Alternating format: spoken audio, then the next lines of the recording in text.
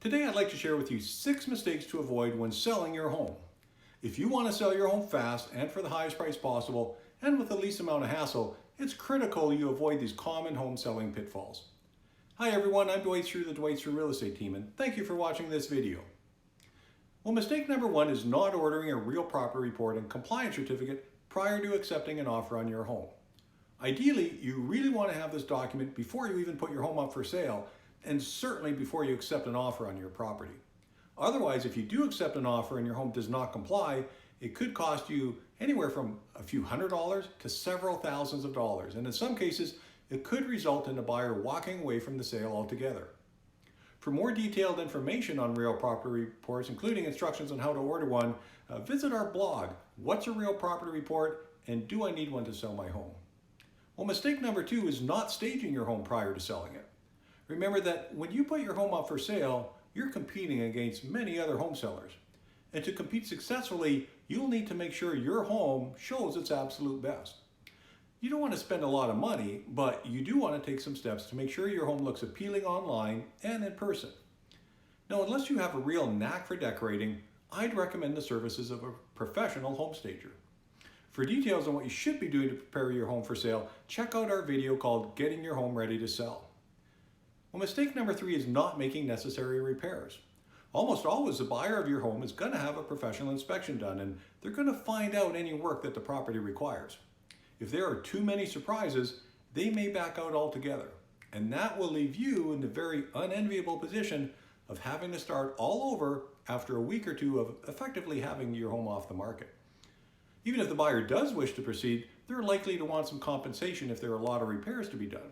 And most often, they will overestimate the cost of those repairs.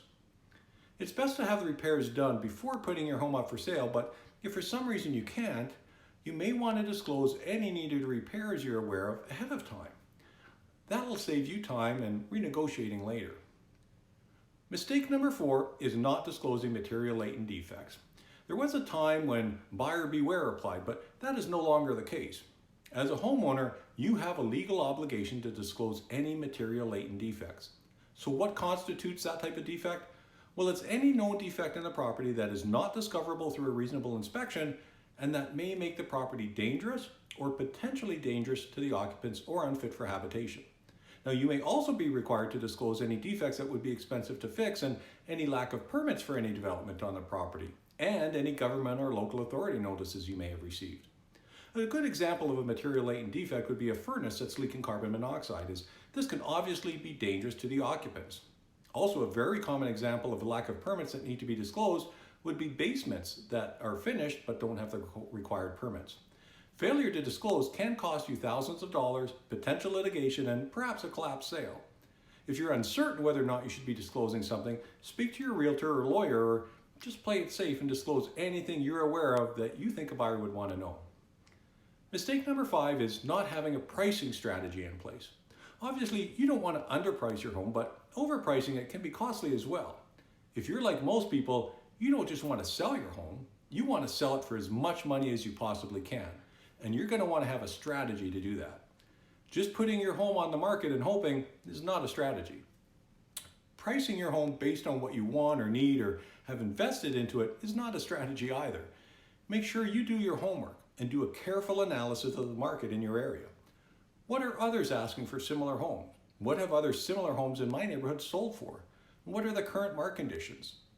Do your best to price your home where it appears the market value is for today, not 6 months ago.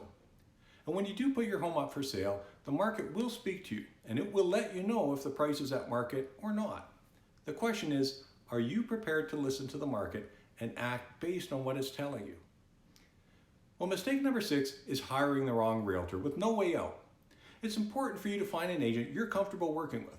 You'll be working closely with your agent, so you'll want to have confidence in their ability and that they're working in your best interest. So don't be afraid to ask some tough questions. Ask for references and call them, and check out the agent's online reviews.